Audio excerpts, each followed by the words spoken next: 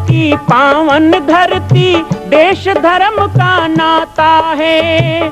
कहते सारे लोग यही हैं, गो हमारी माता है। जाग उठो ओ भारतवासी, जाग उठो ओ भारतवासी, गौ पर छुरियां चलती हैं। बंद करो गो माँ की हत्या, सारी जनता कहती है। बंद करो गो माँ की हत्या, सारी जनता कहती है।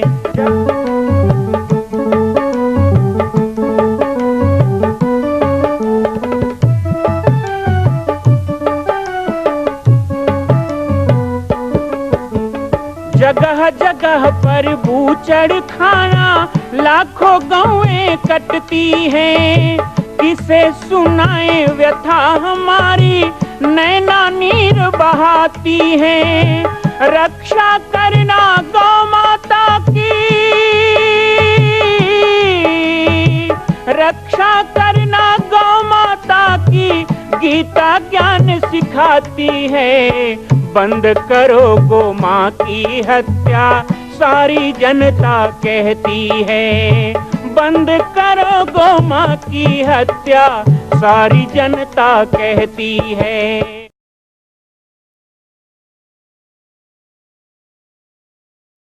जय गौ माता, जय गोपाल, जय श्री राम। गौ पंचामृत कार्यक्रम में आप सभी का स्वागत है। दूध से एक और अद्भुत चीज हमें मिलता है, वो है पनीर। कमजोर से कमजोर व्यक्ति को मजबूत बनाने वाला। आप बाजार में देखते हैं पनीर आप खरीद के भी लाते हैं, लेकिन आप अपने घर में बहुत कम दूध में भी पनीर बना सकते हैं। इसके लिए हमें आधा से 1 लीटर दूध लेना है, और आधा से 1 लीटर दूध में लगभग आपको 1 पाव पनीर मिल सकता है। दूध जब अच्छा उबलने लगे, अच्छा खौलने लगे, तो इसमें आपको धीरे से नींबू का पानी मिलाना है। और अच्छा उबलते दूध में जब नींबू का पानी आप मिलाएंगे तो दूध धीरे धीरे फट जाएगा। इसको खूब चलाते रहेंगे और उसके बाद इसे कपड़े से छान करके हम पनीर बना सकते हैं। कपड़े में आपको जब ये फटा हुआ दूध डालेंगे तो बहुत सारा पानी मिलेगा, जो पनीर का बचा हुआ पानी होता है। कई लोग पनीर बनाने के बाद इस पानी को फेंक देते हैं, लेकिन मैं आप सबसे चाहूँगा, इसके भी 2-3 उपयोग हैं। पनीर से बचा हुआ पानी आंत के लिए बहुत अच्छा होता है। कई बच्चे होते हैं जिनका भोजन पचता नहीं है, जो भोजन करते हैं पर शरीर को लगता नहीं है, तो उनको पनीर जब बनाते हैं तो उससे बचा हुआ पानी, यदि आपके पास नहीं है तो जो डेयरी वाले पनीर बनाते हैं उनसे भी कभी कभी आप पनीर का पानी ला सकते हैं। और वो पनीर का पानी आंत को मजबूत बनाता है, पाचन तंत्र को ठीक करता है। कभी कभी उससे आप आटा भी गूंथ सकते हैं, और माताएं बाल धोने के बाद उसे बालों में लगा भी सकते हैं, तो उससे भी आपको बाल आपके बहुत सिल्की बनेंगे। उसके बाद फिर धो लीजिए बाल को। और तीसरी बात, पनीर के जो पानी है, उस पनीर के पानी से आप बाल्टी में मिला करके नहा भी सकते हैं। इससे आपका शरीर बहुत मुलायम रहेगा, खुश्की नहीं होगी। इसी तरह दही से पनीर बनाया जाता है, दही को फटा करके भी पनीर बनाया जाता है। इसका भी आपको विधि हम बताएंगे। एक होता है दही से श्रीखंड बनाना। श्रीखंड बहुत ही स्वादिष्ट चीज़ है, और श्रीखंड का उल्लेख तो हमारे शास्त्रों में भगवान के लिए भी कहा गया है, ठाकुर जी को भोग लगाने के लिए कहा गया है। तो उसके लिए बहुत छोटा सा प्रयोग हम आप यहाँ पे करेंगे। हमको पहले तो 1 कटोरा दही चाहिए। हमने दही से ये ले लिया है। एक बिल्कुल सूती का पतला कपड़ा आपको लेना है। सूती का पतला कपड़ा ले करके और इस प्रकार आपको एक स्टील की गंजी में रखना है। और ये देखिए हमने एक ताज़ा दही लिया है। दही ध्यान रखें खट्टा नहीं होना चाहिए। श्रीखंड यदि आपको अच्छा चाहिए तो ताज़ा दही हमको चाहिए, और ताज़ा दही जो अच्छा जमा हुआ दही है उसको इस प्रकार आपको सूती के कपड़े में रखना है। और सूती के कपड़े में रखने के बाद इस कपड़े को आपको मजबूती से बांधना है। हमको इसका पानी निकालना है ना, तो इसको हम ऐसे मजबूती से बांधेंगे। ये श्रीखंड बनाने की बहुत ही सुंदर और सरल प्रक्रिया है। जब इसको इस प्रकार आप दबाएंगे तो इसका पानी निकलता है, दही का पानी निकलेगा। और जब ये पानी पूरा बाहर आ जाए, इसको हमें 6 से 7 घंटे इस प्रकार लटका करके भी हम यहाँ पे रख सकते हैं। इसे मजबूती से बांध करके, और ऐसे कहीं नल वगैरह हो वहाँ बांध के रख दें तो ये पानी निकलता रहेगा।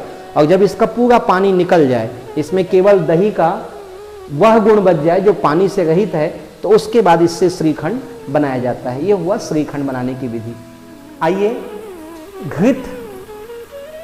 घृत को यदि सही विधि से बनाया जाए और भारतीय देसी गोवंश के दूध से घृत बनाया जाए तो घृत बनाना भी अपने आप में बहुत ही आनंददायक प्रक्रिया है, और साथ ही साथ सही प्रक्रिया से घी बनाया जाए तो वह घृत अमृत के समतुल्य होता है। सबसे पहले हमारे पास मलाई है। मलाई से देखिए, इस मलाई को बनाने में हमको दूध तो लगा है, लेकिन इतना कम कि आपको पता भी नहीं चलेगा आपके पास दूध भी बचा हुआ है और आपको एक गंजी भर के मलाई मिली हुई है।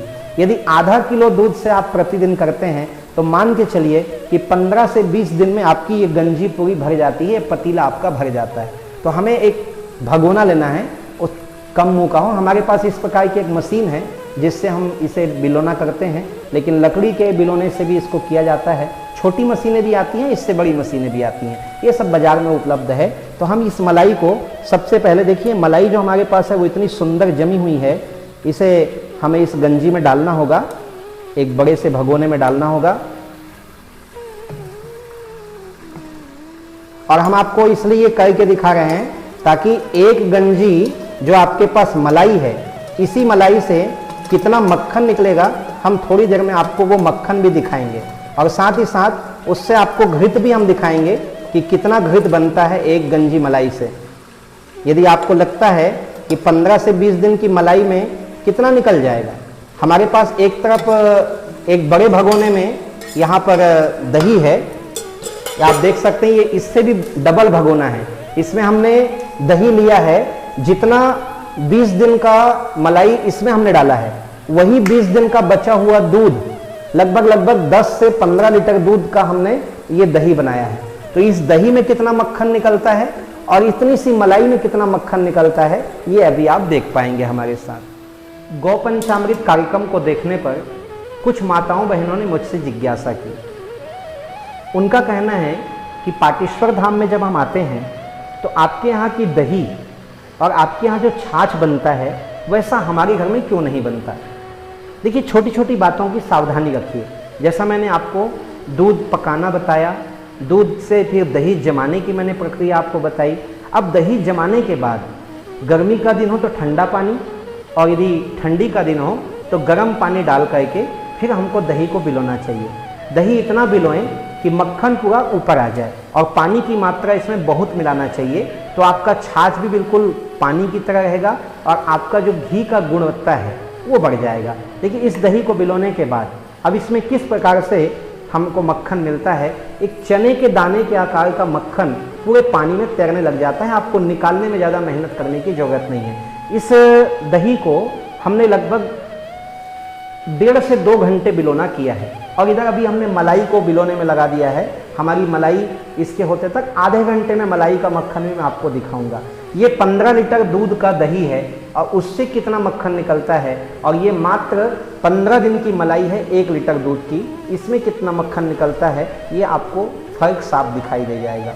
तो सबसे पहले इस दही का जो मक्खन है वो हम आपको निकाल करके दिखाते हैं। जो लोग आज के समय में दूध और दही और इसके मक्खन के विज्ञान से अनभिज्ञ हैं, कई तो ये भी नहीं जानते कि मक्खन होता क्या है। देखिए, मक्खन इस प्रकार से निकलता है, आपको इसमें दाने दिखाई दे रहे होंगे, चने की दाने की तरह ये मक्खन इस प्रकार पानी से बिल्कुल अलग हो गया है।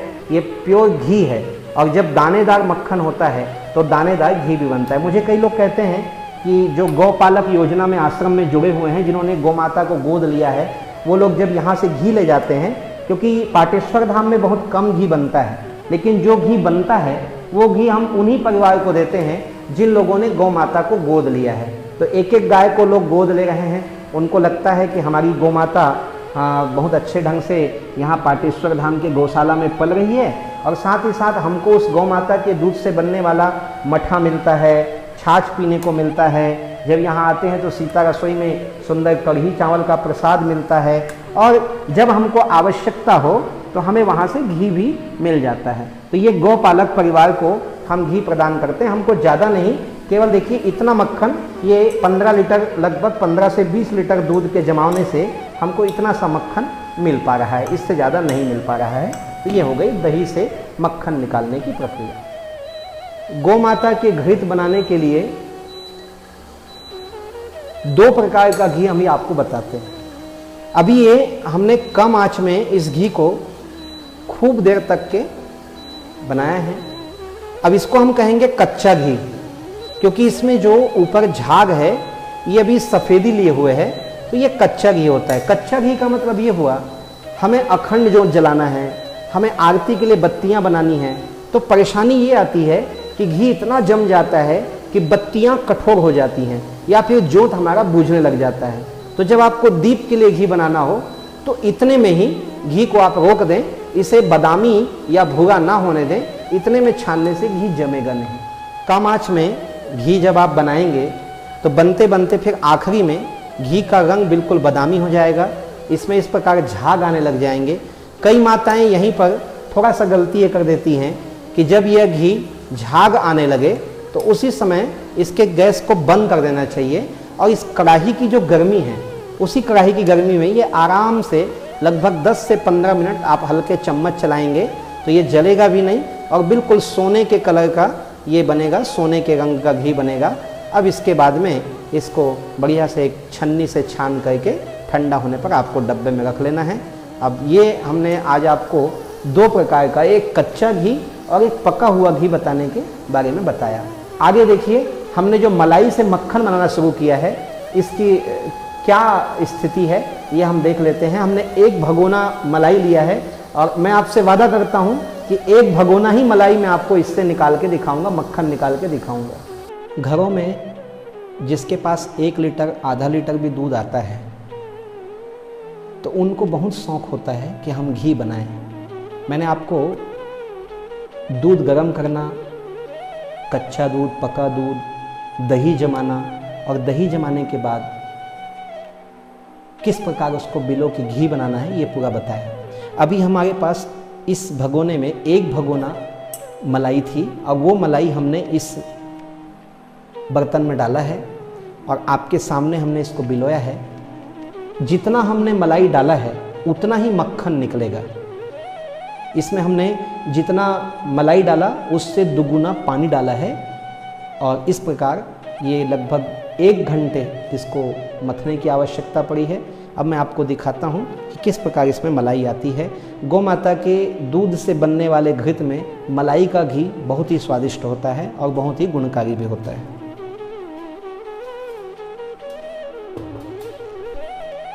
देखिए, हमारे पास मलाई निकालना है तो हाथ बिल्कुल अच्छा साफ कर लें और उसके बाद आप मलाई को निकालेंगे तो ये पूरी तरह से पानी अलग हो चुका है और मलाई बिल्कुल ऊपर आ चुका है, आप देख सकते हैं। अब देखिए, ये मक्खन है, मलाई का मक्खन। बहुत मोटी परत है और बहुत आसानी से ये निकल जाता है, इसको हमको इकट्ठा करने की ज़रूरत नहीं है। उसका कारण ये है कि एक निश्चित मात्रा में दूध को पकाया गया है। निश्चित मात्रा में जब दूध को पकाया जाता है तो दूध में जो घी की मात्रा होती है वो मलाई के रूप में ऊपर आ जाता है। और यदि आप दूध को ज़्यादा पका देते हैं, कई लोग घी अच्छा मिलेगा सोचकर दूध को खूब मोटा देते हैं, तो उससे दूध में ही घी घुल जाता है और इस तरह हमको बहुत कम मलाई मिलती है, बहुत कम मक्खन निकलता है। अब हम निकालते जा रहे हैं, देखिए ख़त्म नहीं होना है, थोड़ा सा ही इसमें पानी है। आपने देखा कि ये इतने बड़े भगोने का हमें इतना सा मक्खन निकला, लेकिन इतने थोड़े से मलाई का लगभग इसी पतीले में 1 पतीला मलाई था और वो 1 पतीला मलाई का आप देखेंगे कि 1 पतीला ही आपको लगभग मक्खन निकल जाएगा और उस घी से भी 3 गुना अधिक इसका घी बनेगा। तो इस तरह से हमने ये मलाई निकाल ली है और इसके पश्चात जैसा हमने उसको बनाया है वैसा ही इसको एक बार हम पानी से धोएंगे और पानी से धोने के बाद आप कच्चा घी, पक्का घी जो बनाना है बनाएंगे। तो ये होता है मक्खन। भगवान को ये माखन मिश्री बहुत प्रिय होता है। इसी मक्खन को भगवान नंदनंदन कन्हैया खाया करते थे। कितना सुंदर ये पीलापन लिए हुए मक्खन यहाँ पर बना है। गौ पंचामृत कार्यक्रम, बाबा जी की पाती कार्यक्रम में आज हमने आपको पंचगव्य में से दूध, दही, घृत और दूध से कच्चा दूध, पके दूध के गुण, फायदे, उपयोग, साथ ही श्रीखंड, पनीर, इन सब चीज़ों के बारे में संक्षिप्त जानकारी दी है। मेरा जो अनुभव है, मैं चाहता हूँ कि प्रत्येक घर में हर माताओं बहनों को घी बनाना आना चाहिए, दही बिलोना आना चाहिए, अच्छे दही जमाना आना चाहिए। हमारे यहाँ तो आशीर्वाद ही दिया जाता था, दूधो नहाओ पूतो फलो। यदि दूध दही घी का आप उपयोग बाजार से करते हैं तो वो बंद कर दें, उसके जगह में गोपालक किसानों से जो गौ माता का पालन करते हैं उनसे दूध खरीदें और उसी दूध से आप दही बनाएं, फिर उससे छाछ बनाएं, घी बनाएं और उसका उपयोग करें। और यदि आपके यहाँ शुद्ध देशी गाय का दूध नहीं मिलता है तो हमारे गौशाला से आपको दूध पाउडर मिलेगा। उस दूध पाउडर से दूध भी बनता है, छाछ भी बनता है, दही भी जमती है और उसी दूध पाउडर के जमे हुए दही से आप इसी तरह बिलो करके घी भी बना सकते हैं। तो इस प्रकार आपको दूध पाउडर पाटेश्वर धाम से मिल जाएगा। बाबा जी की पाती कार्यक्रम से मैं राम बालक दास महात्यागी। देखते रहिएगा हमारे गौ पंचामृत कार्यक्रम को प्रतिदिन शाम 4 बजे बाबा जी की पाती कार्यक्रम में। जय सिया राम, जय गौ माता, जय गोपाल।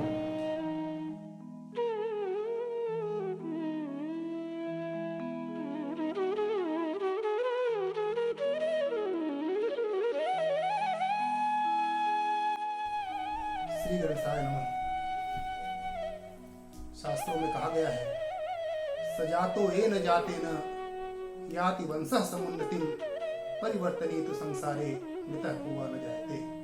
अर्थात ये परिवर्तनी संसार में, परिवर्तन होने वाले संसार में कौन नहीं आता और कौन नहीं जाता, परंतु उनका ही आना सफल है जो जन्म लेने के बाद भगवान के धर्म ध्वजा का संवाहक बने, भक्त बने, अपने स्वयं, परिवार का, समाज का और देश के नाम को उज्जवल करें। ऐसे ही एक महामनुष्य, परम भक्त, गो सेवक हमारे प्रिय आत्मीय श्री राम बालक दास जी का जन्मोत्सव है। उनकी वर्धंती का सप्ताह चल रहा है। श्री राम बालक दास जी का जन्म रायपुर जिला के एक पथरी नाम का गांव है, वहां श्रीमती कमला देवी और श्री निगम प्रसाद आडिल जी के यहाँ हुआ, जो एक धार्मिक परिवार है, सब गृहस्थ है। श्रावण मास के पूर्णिमा तिथि को अंग्रेजी तारीख के अनुसार 8 अगस्त 1976 को आपका जन्म हुआ। 4 भाई बहनों में आप सबसे छोटे हैं। बचपन से ही आप कुशाग्र बुद्धि के थे। पिताजी गांव में शिक्षक थे और उनके साथ आप पढ़ने जाने लगे। कक्षा 3री के बाद आपके पिताजी माताजी के साथ आपको श्री राम जानकी दास जी महात्यागी जी महाराज, जो पाटेश्वर धाम में रहते हैं, वहां आपको ले गए। मन में संकल्प उन्होंने किया और वहीं माघी पूर्णिमा को सन 1986 24 फरवरी को आपकी दीक्षा हुआ। बचपन में आपका नाम विजय आडिल रखा गया था और दीक्षा के बाद आपका नाम राम बालक दास महात्यागी के नाम से आप प्रसिद्ध हुए और आपने गौ सेवा के द्वारा पूरे छत्तीसगढ़ का नाम आपने उज्जवल किया। धर्म के धर्म ध्वजा वाहक के रूप में सब आपको जान रहे हैं। आप दीर्घजीवी हों, हमेशा आप धर्म की ध्वजा को आगे बढ़ाते रहें। हम भगवान से ही प्रार्थना करते हैं। परम पूज्य गुरुदेव भगवान ज्योतिषम द्वारका शारदा पीठाधीश्वर जगदीश शंकराचार्य भगवान से भी और हमारे सपाद लक्ष्येश्वर धाम के सभी सदस्यों के द्वारा आपको बहुत बहुत बधाई, शुभकामना। आप निरोगी हों, दीर्घजीवी हों और सदा भगवान के चरणों में आपका मन लगे रहे और धर्म की ध्वजा को आप बढ़ाते रहे। हर हर नाथ समारंभां श्रीरामानंद हरि मध्यमाम् अस्मदाचार्य पर्यन्तां वन्दे गुरु परंपरां। जय श्री राम। छत्तीसगढ़ की पावन धरा, जो श्री राम का ननहाल मैया कौशल्या की जन्मस्थली, मैया कौशल्या का मायका। तो मैया कौशल्या ने, छत्तीसगढ़ धरा ने हमको भी एक राम प्रदान किए हैं। हमारे आदरणीय भैया श्री राम बालक दास त्यागी जी, पाटेश्वर सेवा संस्थान बालोद छत्तीसगढ़ से आज आपके जन्मदिन पर आपको बहुत बहुत शुभकामनाएं। गौ माता आपके ऊपर ऐसी ही अनुकंपा बनाए रखे, आप चिरंजीव रहें, आप स्वस्थ रहें, सुरक्षित रहें और व्यस्त रहें। इन्हीं मंगल कामनाओं के साथ में ठाकुर जी से बहुत बहुत प्रार्थना है कि आप यशस्वी रहें और प्रगतिवान बने। जन्मदिन की बहुत बहुत शुभकामनाएं। जय श्री राम। गौओं की सेवा के लिए ही भगवान ग्वाल बने, गौओं की सेवा की।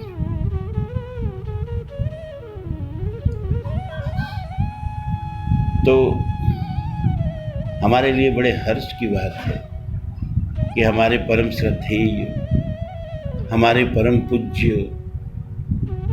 और जिनको हम प्यार से बालक भगवान कहते हैं, वो हमारे गो सेवक, गोवत्स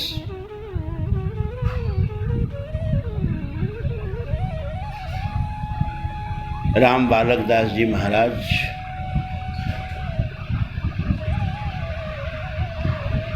जिनको उनकी गो सेवा के लिए पूरा भारत जानता है और छत्तीसगढ़ का तो बच्चा बच्चा उनके नाम से, उनकी गो सेवा से परिचित है। ऐसे हमारे पूज्य बालक भगवान का इसी 8 अगस्त को अवतरण दिवस है। हम ईश्वर से प्रार्थना करते हैं कि हमारे बालक भगवान को शतायु करें, दीर्घायु करें, ताकि वो अधिक से अधिक गौ माता की सेवा करें और हम लोगों को भी गौ माता की सेवा के लिए प्रेरणा देते रहें। पाटेश्वर धाम में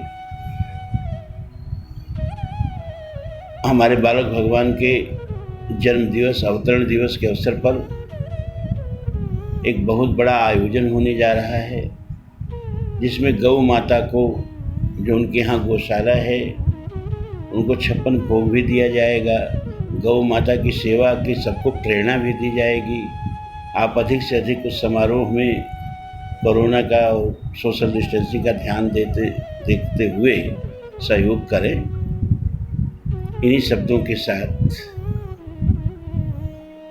मैं गौ माता को प्रणाम करते हुए और अपने पूज्य बालक भगवान की गो सेवा को प्रणाम करते हैं, उनकी गो सेवा की भावना को प्रणाम करते हैं। मैं अपनी बात समाप्त करता हूँ। धन्यवाद।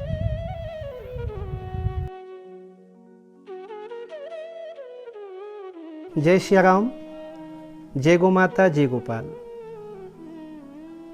भगवान मर्यादा पुरुषोत्तम श्री राम जी के पावन जन्मभूमि पर 5 शतक के बाद, 500 वर्षों के बाद आखिरकार आज वो पुण्य घड़ी आई।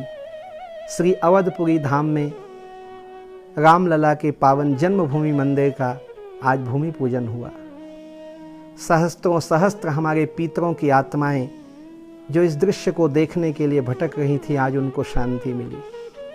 पुण्य स्मरण करते हैं उन हुतात्मा वीरों का, पुण्य स्मरण करते हैं उन सभी संत मनीषियों का, और पुण्य स्मरण करते हैं हमारे इतिहास के स्वर्णिम पृष्ठ में छपे उन राजाओं के इतिहास का, पुण्य स्मरण उन नागा साधुओं के बलिदान का, जिनके त्याग और बलिदान के कारण अंततः आज श्री अवधपुरी में भव्य श्री राम जन्मभूमि मंदिर का भूमि पूजन संपन्न हुआ। आज पूरा विश्व, जहाँ तक सनातन धर्मी लोग हैं और संपूर्ण हिंदू समाज दिवाली मना रहा है, आनंद मना रहा है। श्री पाटेश्वर धाम में हम भी दीप पर्व मना रहे हैं।